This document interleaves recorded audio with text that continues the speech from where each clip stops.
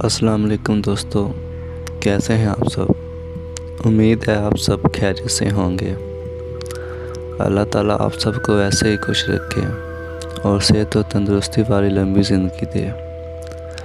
ज़िंदगी में कभी भी किसी का मोहताज ना करे।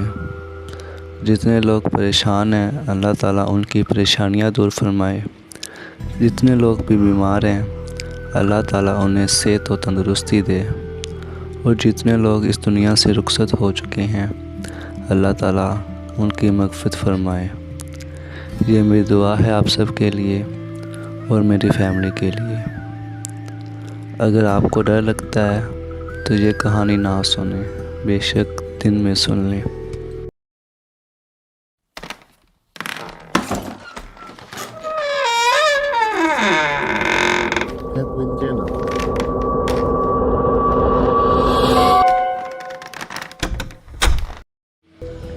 आज की स्टोरी हमें बिलाल ने भेजी है, तो चले हम इनकी स्टोरी इन्हीं की ज़ुबानी सुनते हैं। अस्सलाम वालेकुम हैदर भाई, मेरा नाम बिलाल है और मैं सरगोदा से बिलोंग करता हूँ। ये वाक़या आज से करीबन 20 साल पुराना है। मैं पेशे से एक ट्रक ड्राइवर हूँ। हैदर, हमारा ज़्यादातर सफ़र रात का होता है और हमें आधी रात को ट्रक में सामान लोड करके मुल्क के मुख्तलिफ़ हिस्सों में पहुंचाना होता है। और इन्हीं अंधेरी रातों में हमारा सामना कभी कभार गैर मर्ई मखलूक़ात से भी होता है। कंपनी ने हमें एक हेल्पर भी साथ दिया होता है जो रास्ते में छोटे मोटे काम करते हैं। चलते हैं स्टोरी की जानिब। हैदर, सितंबर अपने आखिरी अयाम को था और ईद उल अज़हा की तैयारियां चल रही थी। ईद को करीबन 15 दिन बाकी थे और मैं किसी तरह अपने घर जाना चाहता था क्योंकि मेरे बाकी साथी ड्राइवर छुट्टी पर घर जा चुके थे। बस मैं और मेरा क्लीनर ही ड्यूटी पर थे। तो कंपनी की तरफ से ऑर्डर आता है कि हमें चाय की कसीर ज़ख़ीरा कराची से इस्लामाबाद पहुंचाने हैं। हैदर, मेरा ज़रा भी दिल नहीं था इस काम को करने का, लेकिन कंपनी की तरफ से सख्ती और स्टाफ की कमी की वजह से मुझे ये काम किसी भी हाल में करना था। बॉस को दिल में गालियां देते हुए मैं अपने क्लीनर को सामान लोड करने को कहता हूँ और हम ट्रक लोड करके अपने सफ़र पे रवाना हो गए। करीबन रात के 9 बजे का टाइम था। मैं अपनी पसंद के गाने लगाता मस्ती में अपने सफ़र का मज़ा उठाने की नाकाम कोशिश कर रहा था और मेरा क्लीनर पीछे टपरी में लेटा खराटे ले रहा था। मैं उसे आगे पड़े खाली बोतल फेंक के मारता हूँ, उठ जा कल्लू, तेरे खराटे से मेरे कान दर्द करने लग गए हैं। लेकिन वो जैसे किसी और ही दुनिया में था। हैदर, हमारा ट्रक मोटरवे पे हवा की तेज़ी से चल रहा था और आसपास से भी ठीक ठाक ट्रैफिक थी। गाड़ियां आगे पीछे से आ जा रही थीं।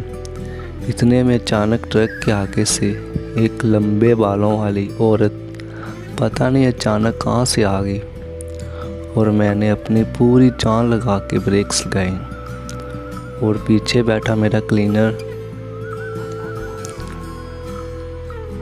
झटके से आगे की तरफ गिरा और फुर्ती से उठकर बैठा और अपनी आँखों को मसलते हुए बोला, उस्ताद क्या बात है। अचानक से ब्रेक, आह मेरा सर, अब क्या, नीचे उतर और देख। कल्लू घबराते हुए उतरा और इधर उधर देखते हुए बोला, उस्ताद नीचे तो कुछ भी नहीं है। मैं इसे गाली देते हुए नीचे उतरा और बोला, अपनी आँखों का इलाज क्यों नहीं करवा लेता? इसने कहा, उस्ताद आप खुद देख लो। हाँ हूँ, शायद कुछ लोग इस बात पर यकीन ना करें, लेकिन ये मेरा सच्चा वाक़या है और मैंने अपनी ज़िंदगी में इसे इनकाउंटर किया। हैदर, जब मैंने आसपास देखा लेकिन कुछ भी नहीं था, ना किसी खून का निशान, ना कोई लाश। इतने में वही औरत जिसे मैंने अभी अपने ट्रक से कुचला था, अचानक से ऊंची आवाज़ से कहका लगा रही थी। हैदर, उसका हुलिया ऐसा था जो किसी इंसान का तो नहीं था। हो सकता है इंसान को तो कभी नहीं, उसकी आंखें इंसान का तो कभी नहीं। उसकी आंखें सफ़ेद, जैसे उसकी आंखों में कोई स्याह दाग नहीं। दांत इतने लंबे थे कि ठोड़ी से नीचे आ रहे थे। उसकी हंसी इतनी क्रीपी थी कि कोई भी इंसान देखते ही दम तोड़ दे। हैदर, अचानक से मोटरवे इतना सुनसान हो गया जैसे सदियों से यहाँ कोई इंसान ना गुज़रा हो। पहले जो ट्रैफिक गुज़र रही थी वो अब कहीं दूर तक भी नहीं। कल्लू अचानक से घुराने लगा। इसकी आवाज़ जानवर के जैसे आ रही थी। इसकी आंखों की पतलियाँ सफ़ेद हो चुकी थीं और उस चुड़ैल की हंसी, उफ़ मेरे खुदा, ये मेरा कौन सा इम्तिहान है। उस वक़्त मेरे हालात ऐसे थे कि बयान ना हो सके। तो मैंने आयतुल कुर्सी पढ़ी। जैसे ही मैंने ऊंची आवाज़ से आयतुल कुर्सी की तिलावत की तो कल्लू वापस अपनी असल हालत में आने लगा और वो चुड़ैल अचानक से चीखते हुए गायब हो गई। उफ़, उसकी वो क्रीपी साउंड, ओ मेरे खुदा। कल्लू बेहोश हो चुका था। मैंने इसे जल्दी से कंधे पे उठाया और ट्रक पे बिठाया। और ट्रक में मैंने पूरी रफ्तार से वहाँ से भगा लिया। थोड़ा आगे ही पेट्रोल पंप था। हमने ट्रक रोका और रात वही गुजारने का फ़ैसला किया। वहाँ बैठ के मैं मन ही मन में खुद को कोस रहा था कि काश मैंने शॉर्टकट के चक्कर में ट्रक मोटरवे से कच्ची सड़क की तरफ ना मोड़ा होता। चलो जो भी हुआ, खुदा का शुक्र है कि हम सलामत हैं। इतने में एक बंदा मुंह में सिगरेट दबाए मुझसे मुखातब हुआ, साहब क्या बात है, इतने घबराए हुए क्यों हो, खैरियत तो है? तो मैं उसे अपने और कल्लू के साथ हुआ पूरा वाक़या सुनाया तो वो बोला, साहब वो कच्चा रास्ता कई सालों से बंद है, वहाँ तो अब कोई भी नहीं आता जाता। सुना है आज से 30 साल पहले वहाँ एक औरत और उसकी एक लड़की को लुटेरों ने लूट लिया और उन्हें तशद्दुद का निशाना बनाकर उन्हें उनकी गाड़ी समेत जला डाला था जिंदा। सुना है उनकी रूहें अब भी वहाँ भटकती हैं और मुसाफिरों को तंग करती हैं।